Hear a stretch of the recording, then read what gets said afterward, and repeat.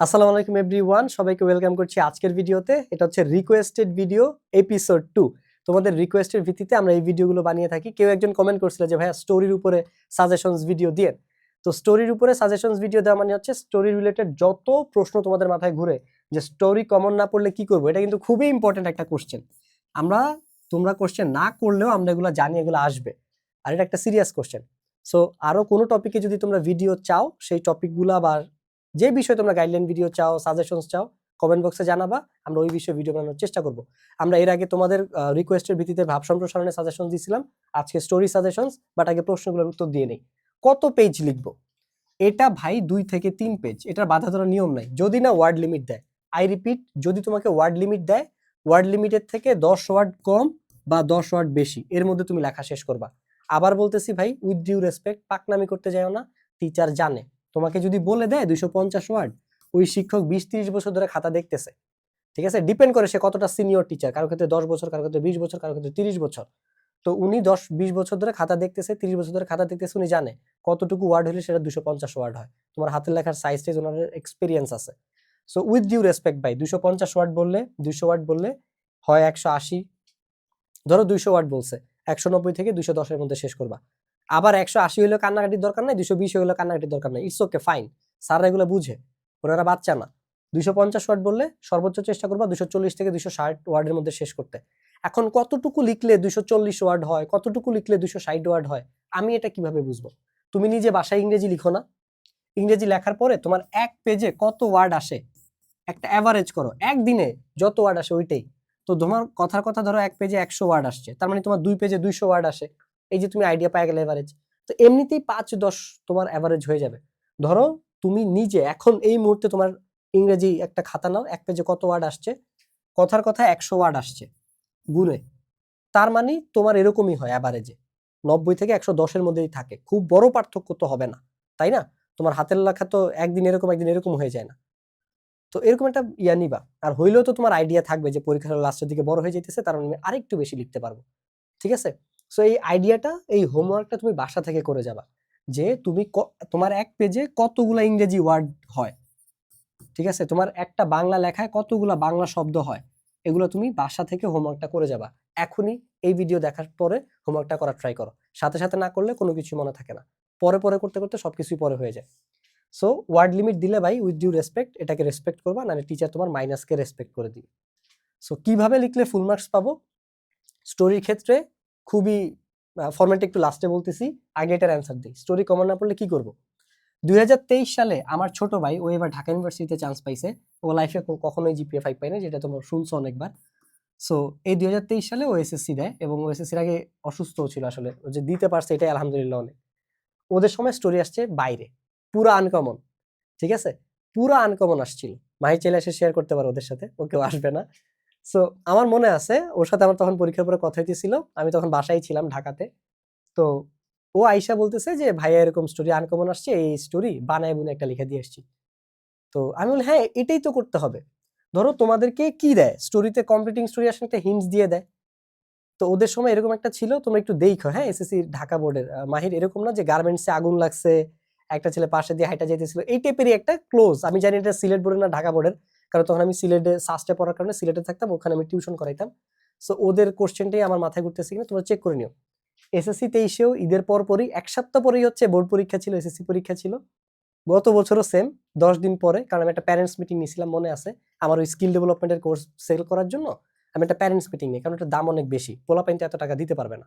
তো বাবা মার সাথে আমি একটা প্যারেন্টস মিটিং করি যে কেন দরকার। তো এরপরে আমার মনে আছে ঈদের দ্বিতীয় দিন আমি মিটিংটা করি, তার 7 দিন পরেই ওদের পরীক্ষা ছিল।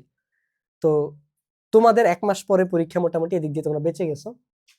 তো এই জন্য আমি বাসাতেই ছিলাম ঈদের বন্ধে। তো আমার ছোট ভাই আমার এসে বলতেছিল, ভাই এরকম কাহিনী, কোনো সাজেশন থেকে কমন পড়ে নাই। চিন্তা করো, এই স্টোরিও কিন্তু সেম, ক্লাস 6 থেকে 10 পর্যন্ত তোমরা যা কিছু পড়তেছ, ওগুলাই কিন্তু তোমাদের পরীক্ষা সাজেশন। ইভেন আজকেও আমরা তোমাকে যে সাজেশন গুলো দিব, এগুলো কিন্তু সেই বাচ্চাকাল থেকে পড়ে আসছো। ইউনিটি ইজ স্ট্রেংথ, ওই যে লাঠি দিছে, লাঠি ভাঙতে পারে না, দেন অনেকগুলা লাঠি একসাথে দিছে, দেন বাবা সন্তানদেরকে বুঝাইছে এভাবে মিলেমিশে থাকবা, তাহলে কেউ তোমাদেরকে লাঠির মতো ভাঙতে পারবে না। ঠিক আছে?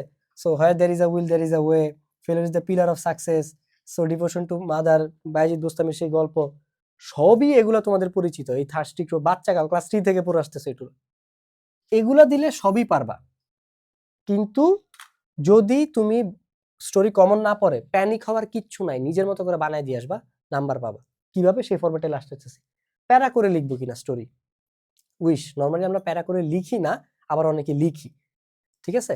সো প্যারা করলে লাস্টে একটা প্যারা করতে পারো, মোরালটা কি শিখছো তুমি এই স্টোরি থেকে, একটা তো মানে লেসন থাকে স্টোরি থেকে, তুমি কি শিখছো ওইটা আলাদা প্যারা করে দিতে পারো। You can do this, no problem. So এইটা খুব একটা ম্যাটার করে না তুমি প্যারা করে লিখবা কি লিখবা না, এটা খুব একটা ম্যাটার করে না। কিন্তু অ্যাকচুয়াল ইয়াটা বলি ম্যাটার করে কোনটা, সেটা হচ্ছে স্টোরি টেলিং এর একটা ফরম্যাট থাকে। তোমার লাস্টে একটা হুক বা টাইটেল থাকবে, ঠিক আছে? একটা হুক থাকতে হবে যেটা দেখে টিচার পড়ার। এখন তোমরা হুক দেওয়ার কোনো অপশন নাই, কেন জানো? কারণ তোমাদেরকে আগে থেকে লাইন বলে দেয়, আগে থেকে লাইন বলে দিচ্ছে, তুমি হুক দিতে পারবা না। তুমি আগে থেকে ওইভাবে অ্যাট্রাকটিভ কোনো লাইন বা অ্যাটেনশন নেওয়ার জন্য কিছু বলতে পারবা না। তোমাকে যা আছে প্রশ্নে তা আগে তুলতে হবে, ঠিক আছে? তা আগে তুলতে হবে, দেন তুমি বাকিটা কাহিনী তোমার মতো করে নিয়ে যাবা। একটু ফরম্যাট মেনটেন করার চেষ্টা করবা। তোমরা যদি আর এগুলোর উপর আলাদা ভিডিওই বানানো যায় আসলে বড় করে। সো আমি তারপরে তোমাদেরকে বলে দিই যে ফার্স্টে তোমরা প্রশ্নে যেটা আছে তোমার কোশ্চেনটাই তো আসলে তুলতে হবে আগে, কোশ্চেনের লেখাটাই তুলবা, দেন তুমি নিজের মতো করে গল্পটা আগে নিয়ে যাবা। এটা আমি কোনটার উত্তর দিতেছি বুঝতেছো? স্টোরি কমন না পড়লে করবাটা কি, তোমার মতো করে আগায় নিয়ে যাবা। একটা জিনিস মাথায় রাখবা, শুধু একটা জিনিস মাথায় রাখলেই হবে, এটা যাতে কোনো বোরিং যাতে না হয় এবং এটা যাতে একটা মিনিংফুল গল্প হয়, ঠিক আছে? তুমি আবার রূপকথার গল্প বানাইতে যাও না যে হঠাৎ করে একটা শিয়াল উড়ে আসছে, ঠিক আছে, রাজা উঠতেছে, এইসব উল্টাপাল্টা না। এটা যাতে মিনিংফুল এবং রিয়ালিস্টিক হয়। আর তোমাকে উল্টাপাল্টা গল্প দিব না, রূপকথার গল্প মিনিংফুল অ্যান্ড রিয়ালিস্টিক, এই দুইটা জিনিস মাথায় থাকলেই হইছে। আর একটা তোমরা অলরেডি জানো, লাস্টে একটা মোরাল বা লেসন থাকতে হবে, ঠিক আছে? একটা মোরাল বা লেসন থাকতে হবে যে এই গল্প থেকে শিক্ষাটা কি। সো জাস্ট তিনটা জিনিস মাথায় রাখবা। স্টোরি যদি কমন না পড়ে, তুমি কোশ্চেনটা তোলার পরে নিজের মতো করে সুন্দর মতো গুছে একটা মিনিংফুল একটু চিন্তা করো, ভিজুয়ালাইজ করো কি লেখা যায়, নিজের মতো করে লিখো। এখানে কোনো ভালো তোমার রবীন্দ্রনাথের ছোট গল্প হইতে হবে, কাজী নজরুলের ছোট গল্প হইতে হবে, এগুলা কোনো ম্যাটারই করে না ভাই। তুমি ইংরেজিতে লিখতে পারলেই হইছে, ঠিক আছে? তুমি লিখতে পারলেই হইছে। আমি তো বলছি খালি বোরিং না হইলেই হইছে, এটা যাতে মিনিংফুল হয়, রিয়ালিস্টিক হয়, মোরালটা যাতে থাকে। তো ধরো আমি যে গল্পটা বলছি, আমি জানি না এটা সিলেট বোর্ডে না ঢাকা বোর্ডে, যে আগুন লাগছে, কোন একজন ছেলে পাশ দিয়ে হাঁটা যাইতেছে, তার তুমি এখানে কি একটা গল্প লিখতে পারো? তুমি নিজে একটা চিন্তা করো তো, যে সে নিজে পানি দিয়ে মানুষকে হেল্প করতেছিল। তোমার এখানে ওই দাঙ্গালের কাহিনী লেখার দরকার নাই, আমির খানের দাঙ্গাল মুভির মতো যে গিয়ে একদম লাইট থামাইতে আঙুল নিভে নিছে, ঠিক আছে, আঙুল নিভে ফেলছে একদম ফু দিয়ে, ক্রিস, হ্যাঁ, ফু দিছে আগুন নিভে গেছে, এরকম আনরিয়ালিস্টিক ফেক কোনো স্টোরি লিখবা না। Make it realistic and meaningful. যে ছেলেটা যেখানে বাচ্চারা ভয় পেয়ে পালায় যায়, স্কুলের বাচ্চারা, সেখানেও নিজে বড়দের সাথে হেল্প করতেছিল। ইভেন এটা কিন্তু রিয়েল লাইফেও হয়েছে। এই যে বসুন্ধরাতে যখন আগুন লাগে, একটা কোন এক বস্তির একটা বাচ্চা ছেলে এরকম পাইপের দিয়ে আগুন বলতেছি, পাইপ দিয়ে পানি বের হয়ে যেতেছিল, ও পাইপ ধরে রাখছে যাতে পানি নষ্ট না হয়, পানি নষ্ট না হয়। পরে এই ছেলের ইন্টারভিউ নিছে। তো এই যে এই ছেলেটা সাহায্য করছে, এরকম এগুলো এরকম রিয়ালিস্টিক মিনিংফুল গল্প লিখবা যেটা আসলেই মানুষকে মোটিভেট করে, বা ওই ছেলেটা বা একটা ক্যারেক্টার হিরোইক হিসেবে ফুটে উঠে। সো ধরো এরকম আগুন লাগছে, যেখানে সবাই বাচ্চারা যে যার প্রাণ নিয়ে ছোটাছুটি করতেছে, ও কি করছে, ফায়ার সার্ভিসকে হেল্প করতেছে, বা নিজে পানি এনে দিতেছে, বা কোনো একটা বুদ্ধিমত্তার কাজ করছে, যে আরো বন্ধুদেরকে ডাইকা নিয়ে আসছে, বা বন্ধুদেরকে মোটিভেট করছে যে তোমরাও থাকো আমার সাথে, আমরা হেল্প করি মানুষদেরকে, বা এখানে আগুন নিভাইতে সাহায্য করি। জাস্ট সিম্পল এইটাই, আর কিচ্ছু না। তোমার কাছে এখানে কোনো মুভির স্টোরি চাই নাই যে এটা নিয়ে আমরা হলিউডে মুভি বানাবো, make a story in just 2 page, ঠিক আছে? তুমি তো তোমার রবীন্দ্রনাথের সাথে টক্কর দিতে হবে, কিচ্ছু না ভাই, সিরিয়াসলি স্পিকিং কিচ্ছু না। জাস্ট এই তিনটা পয়েন্ট মাথায় রেখো, বোরিং যাতে না হয়, একটা মিনিংফুল রিয়ালিস্টিক গল্প হইলেই হবে, যেটা কোনো অর্থ আছে। যেমন একটু আগে যে গল্পটা তোমার শুনাইছি, এটা তো অর্থবহ, যে পালায় যায় নাই, হেল্প করতেছে ফায়ার সার্ভিসের লোকজনকে, যে বা যারা আগুন নিভাইতে সাহায্য করতেছে বা কাজ করতেছে ওদেরকে হেল্প করতেছে, বা নিজে অন্যান্য বন্ধুদেরকে মোটিভেট করে একসাথে কাজ করতেছে, মিনিংফুল অ্যান্ড রিয়েলিস্টিক। অ্যান্ড লাস্টে একটা মোরাল দিবা যে আমাদের আসলে লাইফের পারপাসই হওয়া উচিত, লাইফের পারপাস হচ্ছে অন্যদেরকে হেল্প করা। আমাদের পারপাস এই যে তোমরা ডিস্ট্রাক্টেড থাকো না, পার্মানেন্ট সলিউশন হচ্ছে পারপাসফুল লাইফ লিড করা। এছাড়া আর কোনো সলিউশনই পার্মানেন্ট না।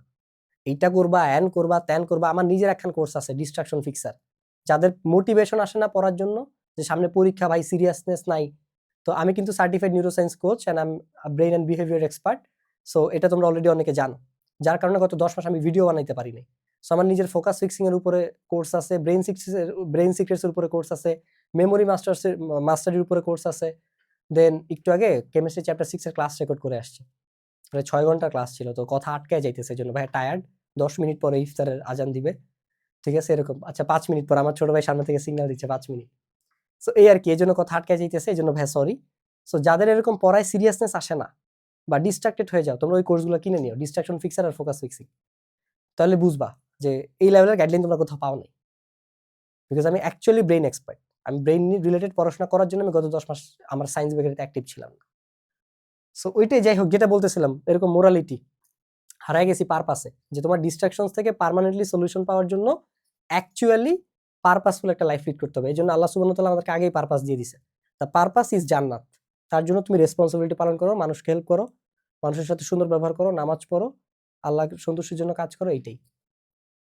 ঠিক আছে ভাই? সো পারপাস, যাই হোক, ওইটা কোর্সের ক্লাস করলে বুঝবা, না করলে কোনো একদিন কথা বলবো।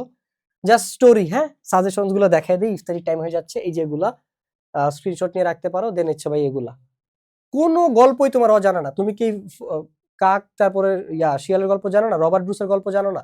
সবগুলোই তোমার পরিচিত গল্প, ঠিক আছে? সবগুলোই তোমার পরিচিত গল্প। এই যে পরি আর হচ্ছে যে অ্যান অনেস্ট উড কাটার, পরি আর কাঠুরের গল্প, সব তো তোমার অ্যানিমেশন ঠাকুমার ঝুলিতেও দেখে আসছে এগুলো সব গল্পগুলা।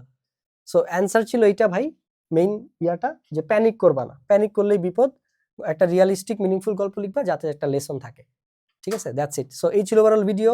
পরবর্তী কোন টপিকে ভিডিও চাও সেটা নিচে হচ্ছে গিয়ে জানাই দিও কমেন্ট বক্সে, আমরা সেটা তো ভিডিও বানাবো। সবাইকে ধন্যবাদ, আসসালামু আলাইকুম।